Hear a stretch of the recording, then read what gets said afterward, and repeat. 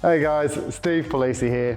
If you're watching this video, congratulations. It means you're thinking of testing the waters in commercial property space. And that can be super exciting and nerve-wracking at the same time. Commercial real estate can be a great way to diversify your portfolio and generate income. It can also be a lot of fun. Of course, there's a lot to learn before you get started. However, I want to help you get started on the right foot and avoid some of the common mistakes that investors make. So, in today's video, I'm going to give you a broad overview of the steps involved in buying properties. There's obviously a lot more nitty-gritty when it comes to due diligence, which I'll cover in another video, but this is a good place to start. Okay, so the first step is preparation. I cannot emphasize this more. Buying commercial property is not a cheap exercise, so you really can't go into it blindly.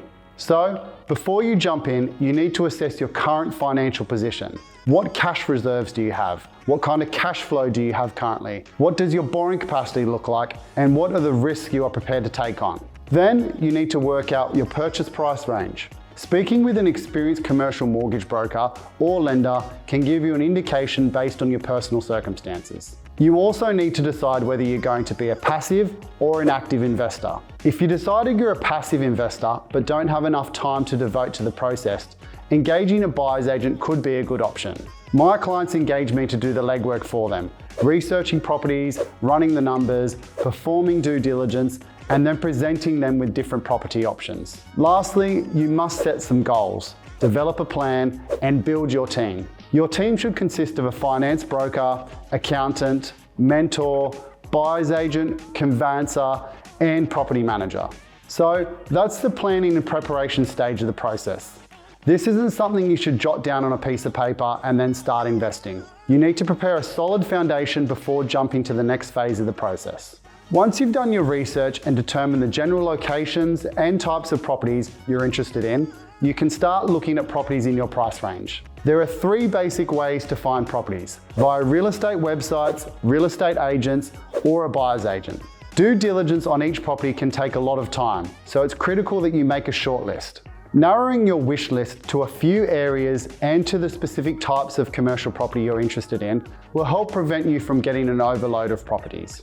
After you inquire about a particular property, the selling agent will send you an information memorandum. This will give you all the critical information about the property, including tenant information, investment highlights, and location highlights. This is super important for a starting point for due diligence, which is a whole topic on its own, so I'll discuss this in another video. After your initial due diligence is complete, it's time to start the acquisition process. The acquisition process involves three main stages: negotiations, the under contract period, and settlement.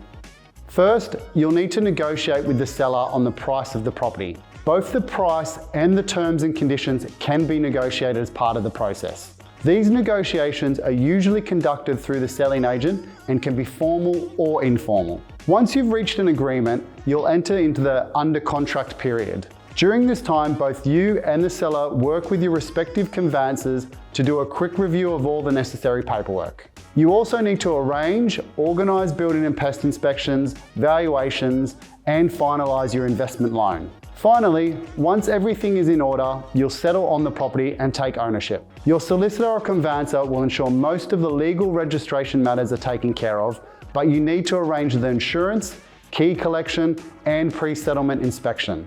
So, that's the acquisition process in a nutshell. It's worth noting here, before I finish off, that when you're investing in property of any kind, even if you plan on holding onto it for a while, you'll need to have an exit strategy before you begin.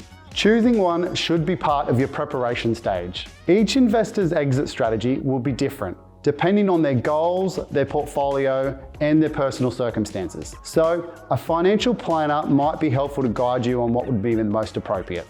But I thought I'd mention it anyway because it's an important part of the investment process.